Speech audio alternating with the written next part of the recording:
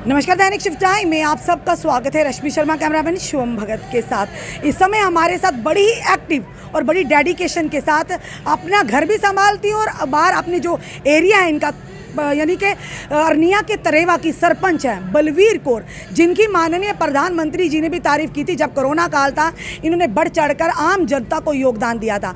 और जिस तरह से आप जानते हैं कि लैंड एविक्शन को लेकर जो आदेश आया, ग्रामीण क्षेत्र से लेकर अगर शहरों की बात करें तो लगातार सरकार जो सरकारी ज़मीनें जिन्होंने हज़ारों कनाल ऐंठी हैं उन पर अब शिकंजा कसा जा रहा है। यूँ कहे भू माफिया पर अब लगातार लगाम कसना शुरू हो चुकी है।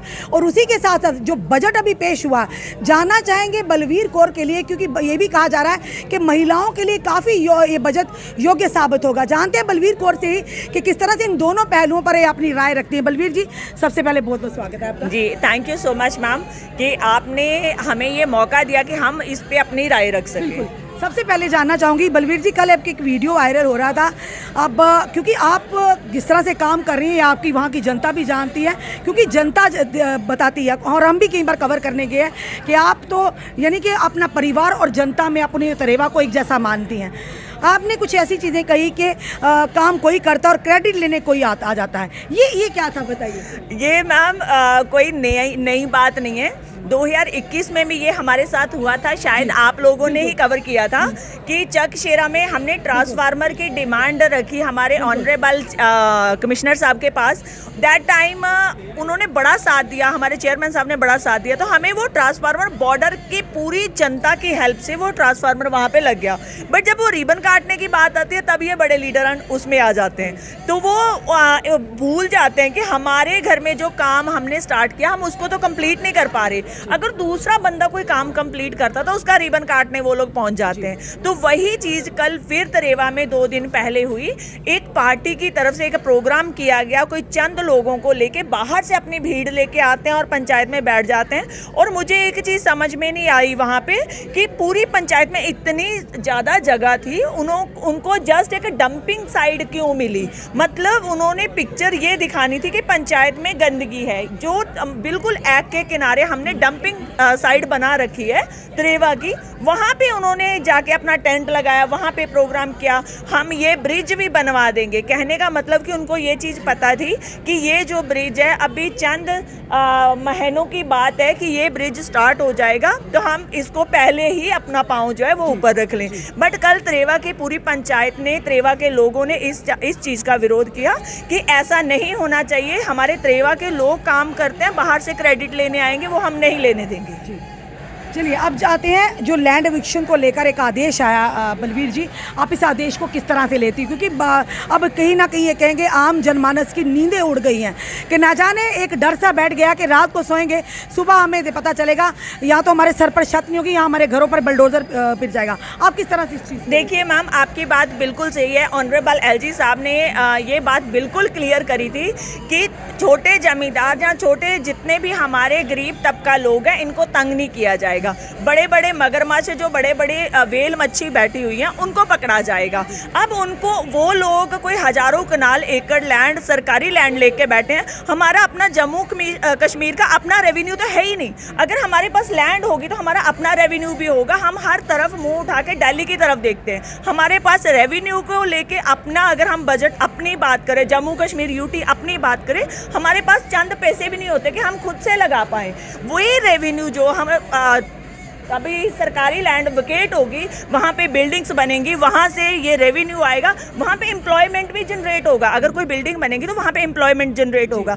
अगर एक बंदा कोई 10,000 कनाल या 1,000 कनाल के ऊपर एक परिवार पल रहा है, वहाँ पे हजारों परिवार पल सकते हैं। तो ये बहुत अच्छी बात है कि बड़े लोगों को, बड़े कमर्शियल जो भी उन्होंने बिल्डिंग्स बना रखी हैं, जो उन्होंने स्टेट लैंड को होल्ड कर रखा है, उसको वेकेट किया जाए और गरीबों का वहाँ पे सोचा जाए, वहाँ पे खास करके यूथ का सोचा जाए, एम्प्लॉयमेंट का सोचा जाए। ये बहुत अच्छी बात है। और एलजी साहब ने बड़े क्लियर लफ्जों में ये क्लियर किया है सब जनता को, पूरी आवाम को, कि आप लोग इसकी टेंशन मत लीजिए, आम लोगों को तंग नहीं किया जाएगा और इरीगेटेड लैंड को तंग नहीं किया जाएगा। जिनका इरीगेशन की लैंड है, खेती बाड़ी की भी, उन्हें नहीं परेशान किया जाएगा। बिल्कुल। और साथ ही साथ उन्होंने कहा कि 5 से लेकर 15 मरले जिनके पास ज़मीन है उन्हें नहीं छेड़ा जाएगा? बिल्कुल, 5 से लेके 15 मरले तक जिनका घर है, जिस यहाँ पे 5 से लेके 15 मरले तक जिनका घर बना, आशियाना बना हुआ है, उनको तंग नहीं किया जाएगा। तो मुझे लगता है ये मैसेज बिल्कुल क्लियर है। बट ओपोजिशन का काम होता है हर बात को हवा बना के पेश करना। उसका उदाहरण है हमारा जम्मू कश्मीर, बहुत पीसफुली चल रहा है। पर आप अपने रिलेशन और अपने सेंटिमेंट्स को हर्ट मत कीजिए। आप ध्यान से ऑर्डर सुनिए पहले कि ऑर्डर है क्या। बस मैं इस पे आपका भी सबका साथ चाहूँगी, खास करके मीडिया का साथ चाहूँगी कि ये पिक्चर क्लियर होनी चाहिए कि किन लोगों से वो स्टेट लैंड लिया जाएगा। बिल्कुल। बलवीर जी, बजट जिस तरह से पेश हुआ है और काफ़ी सारे बताए जा रहे हैं कि जम्मू कश्मीर के डेवलपमेंट के लिए आम गरीब जनमानस को भी इसका फ़ायदा होगा, खास करके महिलाओं को। आप किस तरह से बजट को लेती हैं? देखिए, मैं किसानी की बात करूंगी क्योंकि किसान नेता हूं और किसान की बेटी बहू भी हूं। मैं इस बजट को लेके इतनी खुश हूं कि हमने बहुत टाइम पहले एक बात रखी थी कि डिस्क्रिमिनेशन हमेशा होता है फीमेल के साथ। फीमेल किसान को प्रमोट नहीं किया जाता, बट इस बजट के आधार पे फीमेल किसान को मौका मिला है। क्योंकि जैसे अभी अनुराग ठाकुर जी ने भी आपको बताया कि 2 लाख अगर हमारी कोई बहन बेटी इसको जोड़ती है तो 2 साल में 7.5% उसको उसका ब्याज मिलेगा। मतलब ये चीज़ बहुत बड़ी है। 7,500 आज तक किसी ने नहीं दिया। अगर हमारी गवर्नमेंट फीमेल किसान के लिए इतना कर रही है तो मुझे लग रहा है कि ये जो बजट है इसमें नेगेटिविटी आपको कहीं नहीं मिलेगी और मुद्दों पे अब बात होगी। पर कहीं लगातार अब यानी विपक्षी दल भी कटाक्ष करें इस बजट के लिए कि ये बजट सिर्फ इनकी अपना ही बनाया गया है, पर आम जनमानस को इसका कोई फ़ायदा नहीं है। ये लगातार आप कटाक्ष किए जा रहे हैं। जी, मैं आपकी बात से सहमत हूँ क्योंकि ओपोजिशन का काम है कटाक्ष करना। आप मुझे एक चीज़ मैं आप लोगों से, जनता से पूछती हूँ, आप लोगों के माध्यम से, कि 5,000 करोड़ का आज तक किसान को बजट नहीं मिला था 5 साल के लिए।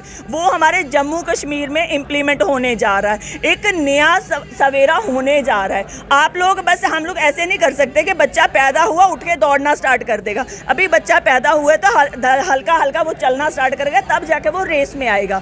भाजपा की समय नेता है, उस नाते आप बात कर रही हैं एक आम महिला होने के नाते? नहीं मैम, मैं आपको एक चीज़ बताती हूँ। ये आप भाजपा का इस टाइम हम लोग कार्य यहाँ पे खड़े हैं तरकुटा नगर में, ये चीज़ नहीं है कि मैं भाजपा की कार्यकर्ता हूँ इसलिए बोल रही हूँ। बट बीइंग ए किसान, being a female, being a border represent करती हूँ। और हमेशा मैं, अगर मेरी पार्टी कहीं पे कोई गलत चीज़ कर देती है, उनको भी बोलती हूँ कि यहाँ पे हमारा किसान नाराज हो रहा है। यहाँ पे आपको एक चीज़ बताऊँगी, एक बहुत बड़ी बात थी कि 9% ट्रैक्टर के ऊपर टैक्स लगता था, आप लोगों ने सुना होगा, बहुत बड़ी बात थी।